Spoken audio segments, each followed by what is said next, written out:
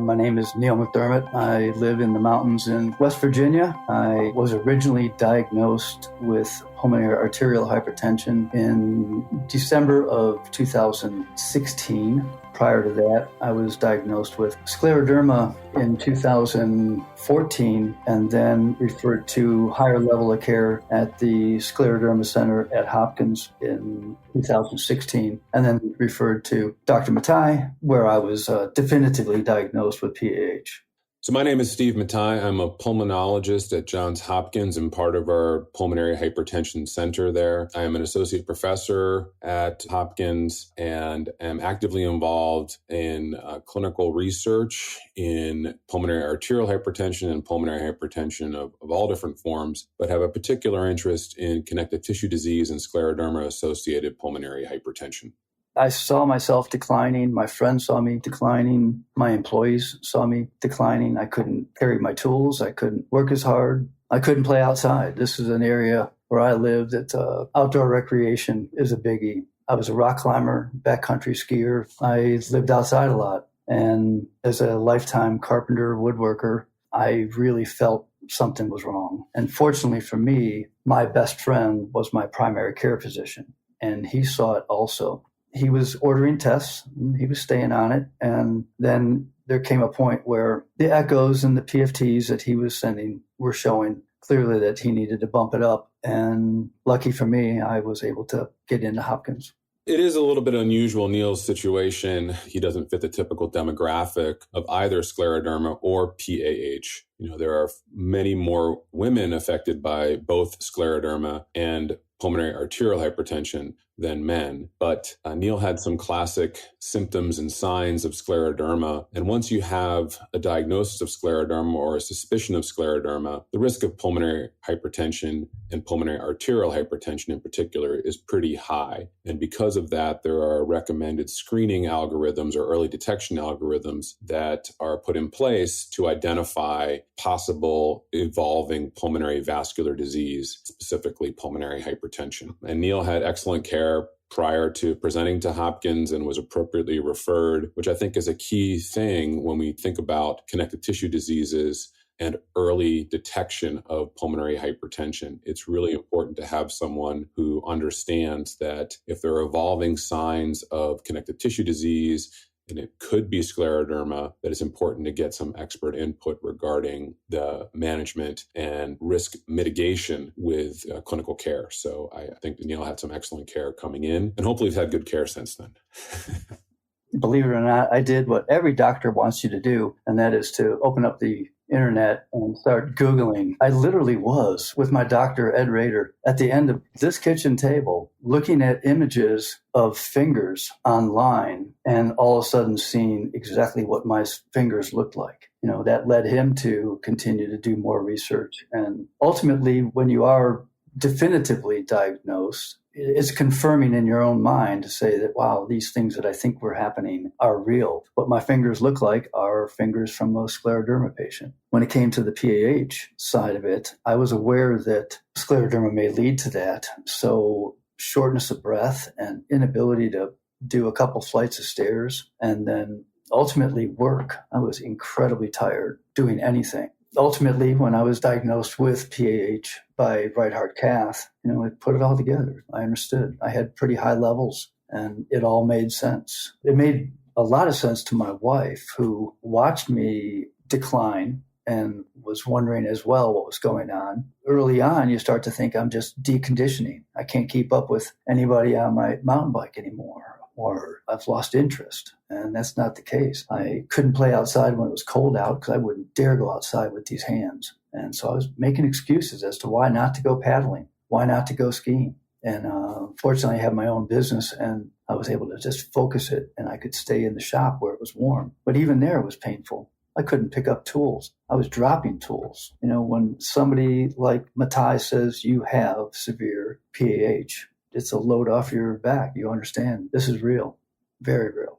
It is a challenge to recognize pulmonary hypertension and a challenge to recognize scleroderma. To give you kind of a perspective, in the United States, the prevalence of scleroderma is about 300 per million. So it's a rare disease. And pulmonary arterial hypertension is even rare at about 30 per million, let's say. So we're talking about a intersection of two rare diseases. So suspicion of either of those is something that has to be built over a career of clinical observation and understanding of the symptoms, which are pretty universal in terms of shortness of breath, which can be related to multiple different things that are way more common. Most of the time we have patients referred to us because they're short of breath, or they were referred to pulmonologists or cardiologists for shortness of breath that can be attributed to things like asthma or deconditioning. And that's unfortunately a common thread that we see. And even with more awareness, we as a community aren't doing a great job of identifying specifically pulmonary arterial hypertension. On average, people have symptoms for almost 3 years before they are diagnosed. So that's a challenge. I diagnose scleroderma probably once a month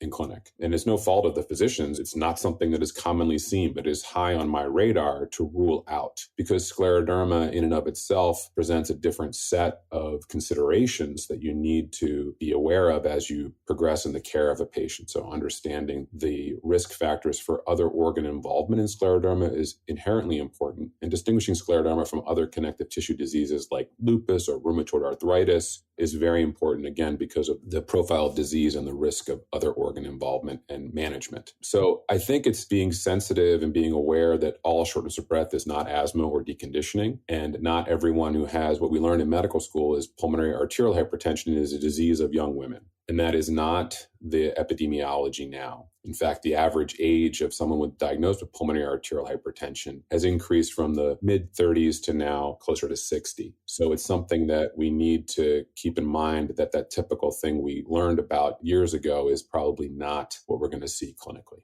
I have participated in a number of clinical trials, and I believe that it's benefited me and ultimately will benefit others. I'm happy to participate, and I'm also the beneficiary of others that have. And I think that's critical, that we participate to the best of our ability in trials like that, because it's ultimately going to help the next person diagnosed. For instance, I was lucky enough to be diagnosed with PAH shortly after the Ambition trial that showed a combination therapy to be more effective than a single dose. I responded really well to that, and my numbers went down. And had other people not participated in that trial, we wouldn't have that information. So yes, I've participated in several on the scleroderma side and on the PH side.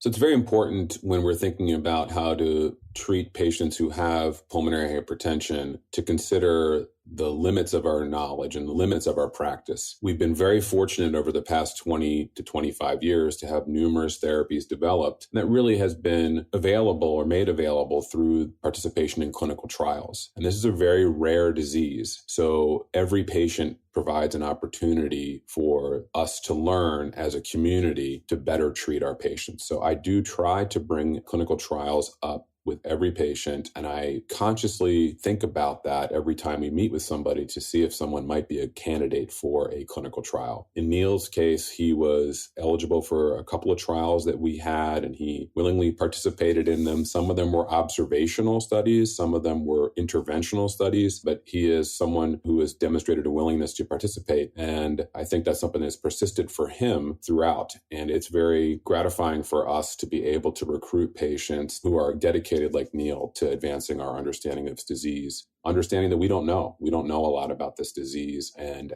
what are the best strategies. So helping us to find that is a key component of moving forward.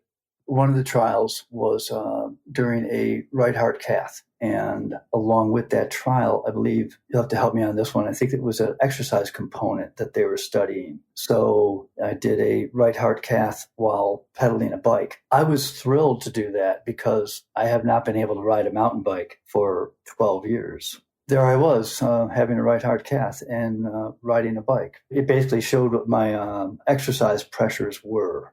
So I got a lot of information out of that. So did the research team as well. Neal, I don't know if you remember this, but you also allowed us to do a biopsy of your heart. So we have some of your heart tissue that was very informative for us. And one of the things that we learned from that is that patients with scleroderma have different contractile function. So the contraction of the right ventricle, the muscle itself, is different from patients with idiopathic pulmonary arterial hypertension. And that explains a lot of the observations we have clinically, where for any given degree of pulmonary hypertension, scleroderma patients seem to be more affected by it. So if you compare somebody with idiopathic PAH with a mean pressure of X to a scleroderma patient with that same pressure and same degree of pulmonary hypertension, there are differences in both symptoms and in what we might see in terms of their functional capacity, like 6-minute walk test, et cetera, that now the work that we did at our center and that Neal participated in allowed us to understand some of the underpinnings of those differences. And I'm sure, Neal, you and I really didn't talk about this other than I asked you about it, but I imagine it's a pretty scary thing for someone to say, hey, we'd like to take a little piece of your heart while we're in there. And I'm curious about your reaction to that and how you came to the decision to say, yeah, let's do it. No problem. I mean, when I'm done with this thing, you guys can have all the parts. I didn't think anything of it. I thought it was fascinating. I know that I had a muscle biopsy during the myositis diagnosis, and that one came from the outside. This one was coming from the inside. You explained it really carefully to me as to what they were doing. And what you were just explaining now makes me think I have a question on that. And that is, do they ever do a follow-up? Do they ever compare that muscle tissue from previous and the therapies that I'm on? Does it change it at all? You're thinking like a researcher, Neal, because that's exactly what we're doing right now. We have a cohort of patients whom we've done repeat studies on. I think for you didn't kind of fit into the timeline where we wanted to repeat that, but there's ongoing studies where we're trying to understand the impact of medicines in general, and then specifically thinking about the newer medications that are out there to see if there are some differences we can understand regarding the direct effect on the right ventricular function, and specifically looking at the muscle. My initial contact with Hopkins and then ultimately with Steve Mathai, a really incredibly thorough intake and asking all the right questions. I was asked, so tell us why you're here and how we can help. And as a patient, to hear those words coming from your doctors, it gives you that warm, fuzzy feeling that you're in the right place. Because I was literally asked, what do you want to be able to do again? And my goal then was to be able to carry groceries from my truck into the house. And it's not even 50, well, it's 50 feet. I've made that goal and then some. It's a direct result of being a consistent patient, making all my appointments, being there on time, never missing one. So it's a 5-hour drive and I can round trip it still. I would say that Neal's been an exemplary patient, and interpersonally, it's been really rewarding and gratifying for me to get to know him and to provide care for him. I mean, we do have our challenges. I do want to emphasize the importance of being able to be open with your patients, and from a patient perspective, your patients being open with you. Neal came in, we asked him those questions, and he was very honest. He said, this is what I want to be able to do. And I think we had some tough conversations over the years. We've been together 9 years now, and we've had some tough conversations where we have to recognize what we want and what's possible. And sometimes there's a gap there. And that is a very difficult thing, I'm sure, for a patient to hear. It is equally as hard for a physician to say. Neal and I have developed a relationship where we've decided that that's the key part of our relationship, is being open, straightforward, and honest. And I think that has helped us over the years. I don't know, Neal, if you feel the same. Absolutely. I know I can ask any question, and I know my questions get answered in great detail as well. I look forward to every appointment. I don't look forward to the bad news. Of recent, I've had good news, and I'm being evaluated for transplant as well. So here's one of those proactive doctor-patient relationship things. When Mathai saw that my right heart cath numbers had gone back up, he approached me, and I thought it was really, really early on that we should start considering early evaluation for transplant. That stunned me. I mean, it really did stun me, but that's doctor advice that I did take, and I have had my 4th evaluation for transplant, and that's going pretty well as well. We want to make sure that patients understand their options, and if that remains an option, there are certain exclusion criteria that potentially would prevent someone from getting a lung transplant, of which I am not an expert. I can't say, yes, you're a candidate, no, you're not a candidate. So those types of things are important to discuss with patients, and it's important for them to understand what they're considering, even if they want to pursue a transplant or not, because that's definitely a patient decision, whether he or she wants to pursue transplant. Thanks for listening. I'm Dr. Steve Mathai. I'm Neal McDermott, and I'm aware that I'm rare.